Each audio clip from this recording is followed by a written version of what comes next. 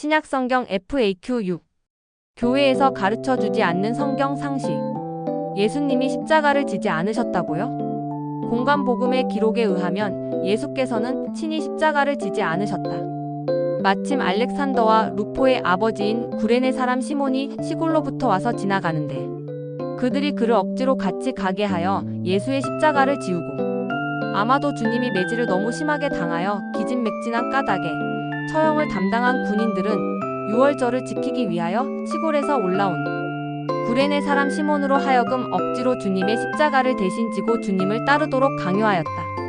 그러니까 주님이 자신의 십자가를 지고 성장으로 올라가신 것이 아니라 구레네 시몬이 주님 대신 십자가를 지고 주님을 따라 올라갔던 것이다.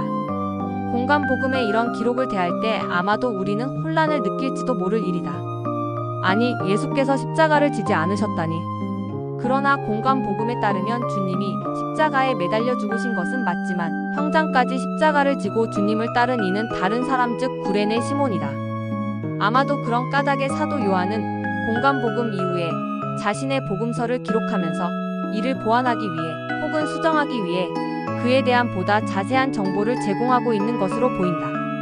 예수께서 자기의 십자가를 지시고 해골, 히브리 말로 골고다 이라 하는 곳에 나가시니, 그런데 원문에는 자기의 가소유격 대명사가 아니고 여격 제기대명사로 쓰이고 있다. 즉 자기를 위하여 혹은 스스로 포 힘세프라는 뜻이다. 이에 따라 원문을 직역하면 이런 뜻이 된다. 예수께서 자기를 위하여 혹은 스스로 십자가를 지시고.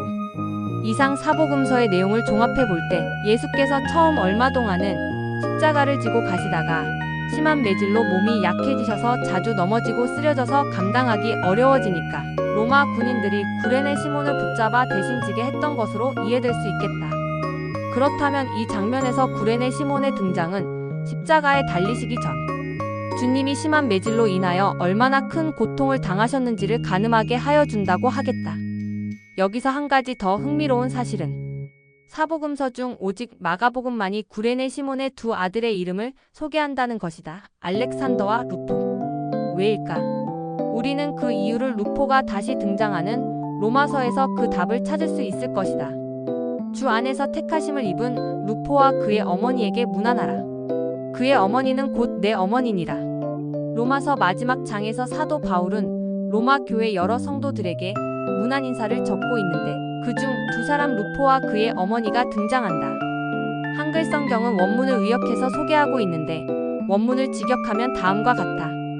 주 안에서 택하심을 입은 루포와 그의 어머니 곧 나의 어머니에게 문안하라. Greet Rufus, chosen in the Lord, and also his mother and my mother. 루포의 어머니는 곧 나의 어머니라는 표현은 두 사람, 즉 사도 바울과 루포의 어머니가 그만큼 친밀한 사이임을 보여주는 증거일 것이다. 여기서 루포의 어머니는 다름 아닌 구레네 시몬의 아내이다. 사실 공관복음에 따르면 그는 자원하여 십자가를 진 것이 아니라 명절 때 예루살렘에 올라갔다가 어쩌면 재수없이 로마 군병에게 걸려서 억지로 죄인의 십자가를 지게 되었다. 매우 불쾌한 경험이었을 것이다. 그런데 로마서의 기록에 의하면 그의 아내를 사도 바울이 자신의 어머니라고 부를 만큼 구레네 시몬은 초대교회 내에서 큰 영향력을 행사하는 인물이 되었음을 알게 된다.